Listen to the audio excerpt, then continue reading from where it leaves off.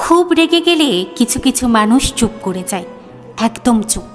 ঝগড়া করে না, চিৎকার করে না, মুখে যা আসে তাই বলে দিয়ে পরে সরি রাগের মাথায় বলে ফেলেছি, মাইন্ড করো না অবধি চায় না।